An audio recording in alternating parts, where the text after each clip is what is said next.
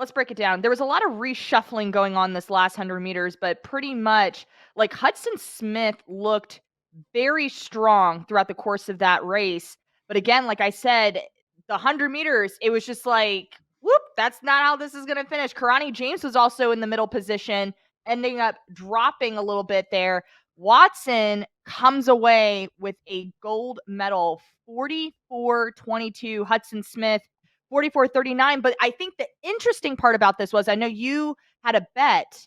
I think that you said Hall was going to win gold, right? Or who did you have winning gold? Or what was your bet for this No, 400? my on this, I had Vernon Norwood getting a medal. Medal. But when I Yes. said it, though, I was like, I'm a big fan of Quincy Hall.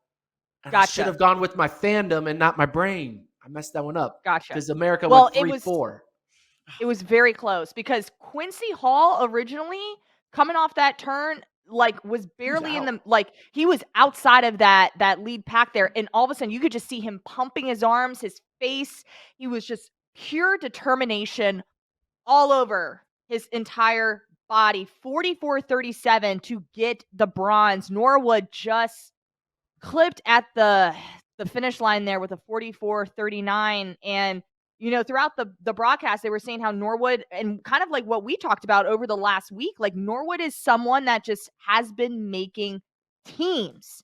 He's been making the teams and just couldn't come away with an individual medal this evening for them in Budapest, afternoon for us here in Austin, Texas. So I just felt like there was a lot of things going on that last 100 meters. It was just absolutely nuts. But what were your thoughts as you're watching this one lap race go off? Now, obviously, I was following it for my bet, but I was also following that front and seeing Antonio Watson do what he did coming out of like this field. If you include the semifinals, you had Stephen Gardner, you had Wayde Van Niekerk, the world record holder, you had Karani James, a perennial medalist, you had Hudson Smith, who was a defending global medalist. And for Watson to be the last one standing when he had this field of a bunch of elite guys with a long history of experience at the global championship level, and Watson's the one that, like, I don't think if you look at that list, you had to do a poll of 100 people, 100 track fans, and you're given a list of Hudson Smith, Van Niekerk, Karani James, and Stephen Gardner, and throwing him Michael Norman before he scratched. How many of those 100 would have been like Antonio Watson is winning the 2023 World Championship final? I don't think anyone. I think 0 out of 100 would have picked him going into these championships to win gold. And we probably should have seen a little bit of a preview of it coming because he ran a stellar semifinal. We'll see what his semifinal time is. In his semifinal, he ran 44:13, a PB, actually faster than what he ran today. And looking back on it, at first you think, oh, he's putting too much into the semis. It's going to come back to haunt him in the final. But it didn't. He had the strength. He was able to hold off a bunch of experienced pros and gets his first global gold. Antonio Watson, am I being honest? I don't even know. He's not like the first Jamaican 400-meter runner I think of. Because Jamaica, they're not going to want to hear this, they haven't been a big influence on the men's 400 for a long time. It's been the U.S. mainly, and then a bunch of other countries coming in and out. You might see a Botswana guy come in, obviously South Africa with Van Niekerk, a British guy, Trinidad and Tobago can throw down some fast 400s. But for Jamaica to win gold in what some would argue is supposed to be at least a North American event is pretty impressive. And I was surprised, but now the surprise has to go away. Now you just got to expect it. And Antonio Watson going into 2023, no one knew of him. I mean, people in Jamaica did, but I didn't. And now I know. And now he's forever going to be on my list of people to keep an eye out in 2024 and 2025. So I was very impressed with Antonio Watson's coming out party here in Budapest. Also, I feel like something we should highlight, Karani James, 44:52. Wayde Van Niekerk, grabbing that last spot, 45-11. He looked solid through the rounds. I honestly was kind of I wanna say I was kinda shocked to see Wayde van Niekerk perform the way that he did in this final today. Yeah, and then Karani James actually got DQ'd, Olivia. I'm not sure if you noticed Oh, yeah. the Yeah. updated results. So he got Mhm. DQ'd. The world record holder gets dead last. The defending Olympic champion, Stephen Gardner, doesn't make the final, and Karani James DQ'd. It's crazy. It seems like a changing of the guard before our eyes. You see Quincy Hall in his first world championship get a medal. Matthew Hudson Smith now going back to back medals. Antonio Watson, a no name, now being the gold medalist going into 2024. This could be the end. Ooh. Is this the end of an era? Careful. Careful. Is this the end of the Van Niekerk, Karani James, Stephen Gardner era? Oh, no. I don't know. I mean, but maybe it's the end of the era 2 out of 3. I think it is safe to say 2 out of those big 3 of Van Niekerk, James, and Gardner will not medal. Will not finish top 5. You know what? Maybe not even make a final. I don't know. I can see it. Things happen. Your 400 prime is sometimes pretty short. Van Niekerk is an albatross in a way for him to be dominating or be in the mix from 2017 all the way to 2023, even with that injury in the middle.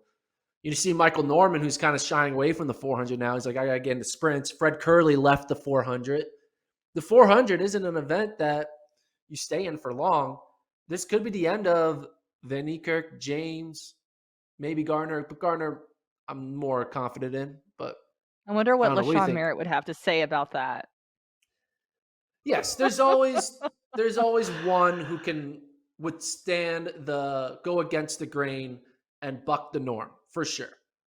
But I don't know. Van Niekerk. I wouldn't say when it comes to Fred Curley, I wouldn't say that he's just like, hey, I'm just not feeling the 4. I think he wanted to showcase dominance in another event. Like, I don't think he was just like, I'm tired of running the 4. I'm just going to switch events here. I think he wanted to prove to a lot of people and probably to himself that he can become one of the world's best 100, 200, 400 runner. Yeah, That's but my I also thought when it do. comes to Fred Curley. There's a factor though. Training for the 400 year after year after year is freaking hell. The 400 is the punishment you give to all the kids in high school at the end of a meet because they weren't, paying attention during the track meet. So they all have to run the 4x4. So these athletes, their career is the punishment for everyone else running a 400.